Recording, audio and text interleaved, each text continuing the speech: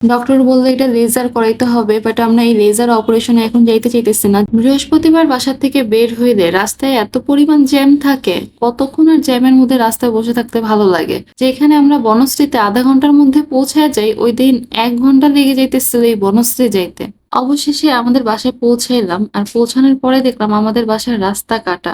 মানে এমন ভাবে রাস্তা কাটছে যে হেঁটে যাওয়ারও কোনো পজিশন নাই। পেটুসকে ধরে ধরে হাঁটতেছিলাম, এদিকে পেটুস আবার হুসামকে ধরছে, আবার আমরা যে বাসায় থাকবো, থাকার জন্য যে ব্যাগ নিয়ে আসছি এগুলো ধরছে।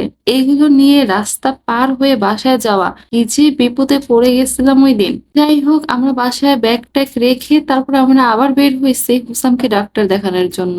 ওই দিন হঠাৎ করেই বাসায় গেছি, কেউ জানেও না আমরা ওই দিন বাসায় যাব। হুসামকে আমরা বনশ্রীর অ্যাডভান্স হসপিটালেই দেখাই, আর ওইখান থেকে আমাদের বাসাটা অনেক কাছে, তাই আর কি বাসায় চলে যাই থাকার জন্য। আমি বাসায় যাওয়ার আগে সিএনজি থেকে নেমে আগে ডক্টরের সিরিয়াল দিয়ে তারপর বাসায় যাই। তারা বলল 2 থেকে 3 ঘন্টা সময় লাগবে। এই কথা শোনার পর চিন্তা করলাম বাসার থেকেই ঘুরে আসি, এতক্ষণ বসে থেকে লাভ নাই। তাই আর কি বাসায় চলে গেছিলাম, আর বাসার থেকে 9টার দিকে আবার বের হয়েছিলাম। 10টা পর্যন্ত নাকি ডক্টর থাকবে। আমাদের বাসা থেকে অ্যাডভান্স হসপিটালে যেতে 6 থেকে 7 মিনিট সময় লাগে যদি রিক্সা দিয়ে যাই। আর এই তো আমরা এসেও দেখলাম এখনো অনেক সিরিয়াল, বসতে হবে। যাওয়ার পর দেখলাম ওই দিন এত রোগী ছিল, বসারও কোনো জায়গা ছিল না, অনেকক্ষণ দাঁড়িয়ে ছিলাম। কিছুক্ষণ পর একটা সিট পেলাম, ওইখানে বসলাম। একটু পরে শুরু হয়েছে হুসামের এই কাণ্ড। হুসাম পাশের টেবিলে তাকায় দেখছে একটা কলম, ওইটা নেওয়ার জন্য এখন আমাকে বারবার বলতেছে। আমি তোকে বুঝাইতেছিলাম বাবা ওইটা নেয় না, কিন্তু কে শুনে কার কথা। তার এখন কলম লাগবেই, তাকে দিতেই হবে। আর এই কলম দিতেছি না দেখে সে 2 হাত দিয়ে তার 2 চোখ ঢেকে রাখছে। কতক্ষণ পর হাঁটা শুরু করছে, যেই দেখছে সে 2 চোখ বন্ধ করে হাঁটতে পারতেছে না, তখন সে চোখের থেকে 1 হাত সরিয়ে হাঁটা শুরু করছে। এই যে বলতেছে বাবা এদিকে আসো, তুমি বসো, তোমার কি লাগবে।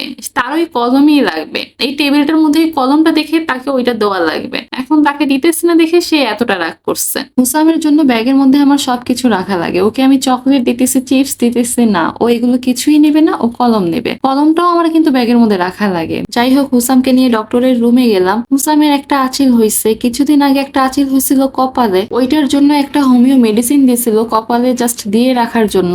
ওই মেডিসিনটা দেওয়ার পর হুসামের আঁচিলটা পড়ে গেছিল, কিন্তু এইবার আর ওই মেডিসিনটা দেয় নাই, যেহেতু ওর এটা চোখের নিচে হয়েছে। তাই আর কি ডক্টর দেখাতে আসছিলাম।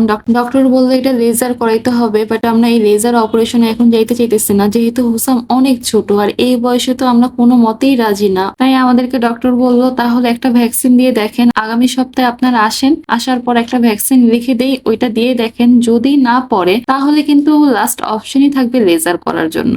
এই কথা শোনার পর আমাদের আর কিছুই ভালো লাগতেছিল না, মনটা একেবারেই খারাপ হয়ে গেছে। এখন এই বয়সে এটা তো কোনো মতেই আমরা করাবো না। আর ডক্টরকে জিজ্ঞেস করলাম আগে তো আঁচিল হইতো আর পড়ে যাইতো, এখন কেন এই অবস্থা। তখন ডক্টর বলল আগেরকার মারা বেশি নাকি সচেতন ছিল না, আর এখনকার মারা বেশি সচেতন, আর এই জন্য নাকি এই অবস্থা। শুনছেন ডক্টরের কথা। আজকের ভিডিওটি এই পর্যন্ত। হুসামের জন্য আপনারা সবাই দোয়া করবেন। ভালো থাকবেন সবাই। আল্লাহ হাফেজ।